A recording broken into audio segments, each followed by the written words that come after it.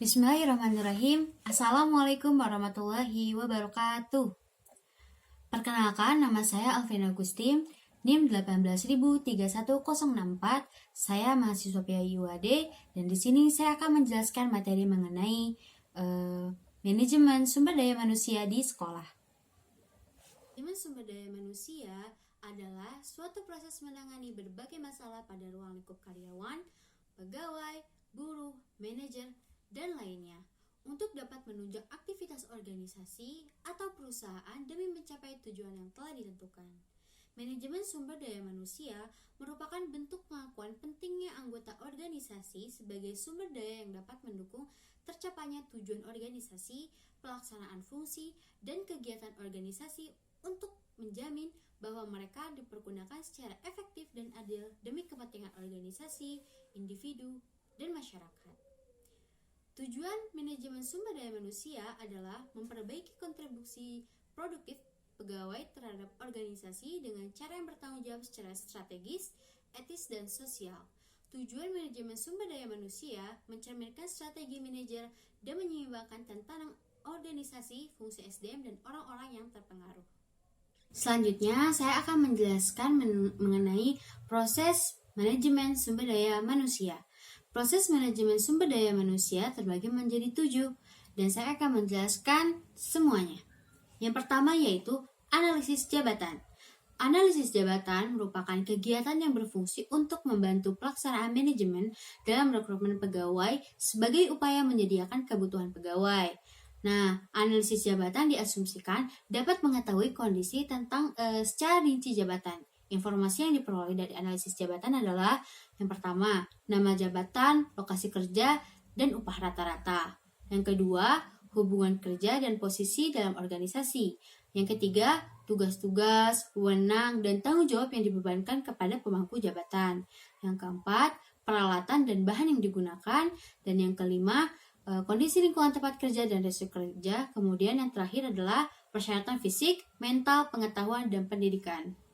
Selanjutnya, yang kedua, ada yang dinamakan seleksi pegawai.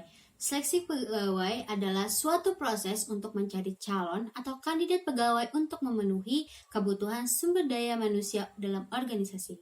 Contohnya adalah seleksi guru. Seleksi guru memperhatikan kompetensi akademik dan kemampuan bidang studi, keterampilan berkomunikasi, dan kemampuan pedagogis.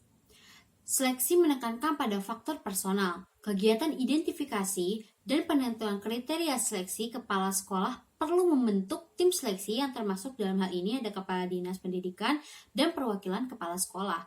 Proses seleksi menjadi pegawai berkisar tentang tingkat kompetisi yang dites. Domain keterampilan guru mencakup keterampilan dasar, pendidikan umum, pendidikan profesional, dan spesialisasi lingkup bidang studi. Selanjutnya, yang ketiga, itu ada orientasi dan penempatan. Setelah kriteria seleksi ditentukan, tim seleksi menentukan prosedur penempatan bagi calon yang memenuhi kriteria dan memprogramkan kegiatan organisasi. Tujuan orientasi adalah untuk membantu karyawan baru membuat penyesuaian yang baik di tempat kerja yang baru. Berdasarkan hal tersebut, sekolah perlu mengadakan kegiatan orientasi walaupun hanya bersifat sepintas saja. Baiklah, yang selanjutnya ada yang disebut dengan pelatihan. Pelatihan bersifat spesifik berhubungan dengan bidang pekerjaan yang dilakukan. Pelatihan yang dimaksudkan untuk memperbaiki penguasaan berbagai keterampilan kerja dalam waktu relatif yang singkat.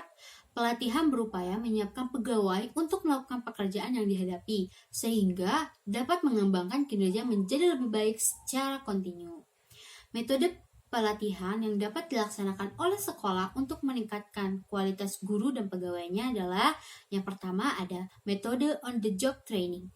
Guru dan pegawai baru mempelajari pekerjaannya dengan mengamati guru dan pegawai yang lainnya sedang melakukan pekerjaan. Guru dan pegawai senior memberikan pengetahuan dan pengalamannya. Yang kedua ada metode vestibule atau balai, yaitu suatu ruangan yang terpisah yang disediakan untuk tempat pelatihan bagi guru dan pegawai baru yang dilaksanakan dengan jumlah peserta yang banyak dan diawasi oleh seorang instruktur. Yang ketiga, ada metode ruang kelas. Metode ini merupakan metode pelatihan yang dilakukan di dalam kelas, yaitu dengan format kegiatan kuliah, konferensi, studi kasus, bermain peran, dan pengajaran yang berprogram. Selanjutnya, yang kelima, ada yang disebut dengan mutasi. Mutasi adalah proses kegiatan memindahkan pegawai dari suatu pekerjaan ke pekerjaan yang lain yang dianggap setingkat merupakan kegiatan mutasi. Mutasi dapat bersumber dari manajemen dan pegawai itu sendiri. Manajemen sumber daya manusia merupakan sumber sentral dalam pengambilan keputusan dan penentuan segala kebijakan yang berhubungan dengan masalah kepegawaian. Gagasan mutasi berasal dari keinginan pegawai dengan mengajukan keinginannya untuk dipindahkan ke tempat kerja yang ada dalam organisasinya. Berdasarkan Undang-Undang Nomor 20 Tahun 2003 tentang Sistem Pendidikan Nasional, Pasal 41 Ayat 2 menjelaskan bahwa pengangkatan, penempatan, dan penyebaran pendidik dan tenaga kependidikan diatur oleh lembaga yang mengangkatnya berdasarkan kebutuhan satuan pendidikan formal. Penyebaran tenaga pendidik dilakukan sebagai upaya pemerataan dan mutu tenaga pengajar.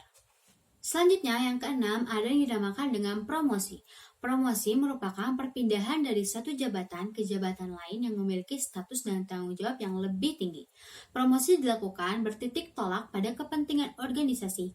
Guru yang berprestasi dapat dipromosikan menjadi kepala sekolah atau pengawas. Seorang guru dapat dipromosikan harus memperhatikan berbagai faktor, yaitu pengalaman, tingkat pendidikan, loyalitas, kejujuran, tanggung jawab, kecakapan berkomunikasi, prestasi kerja, dan tingkat kreativitas. Berdasarkan hal tersebut, maka perlu dilaksanakannya evaluasi sehingga dapat diketahui siapa saja yang dapat dipromosikan.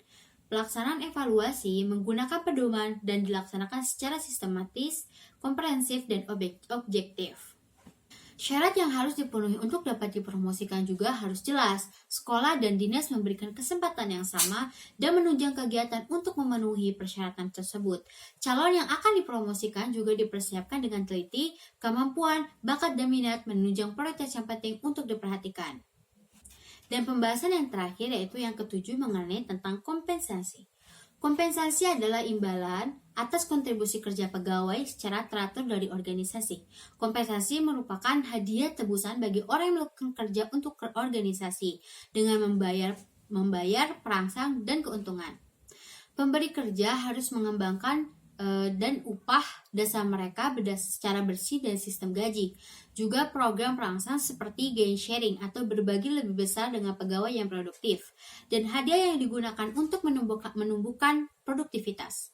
Meningkatkan segera produktivitas untuk mencapai tujuan, khususnya pelayanan kesehatan kepada pegawai yang diharapkan dapat dilaksanakan, sehingga menjadi pemberitaan utama bagi organisasi. Hal ini penting diperhatikan sekolah untuk meningkatkan produktivitas dan kualitas guru dalam pembelajaran.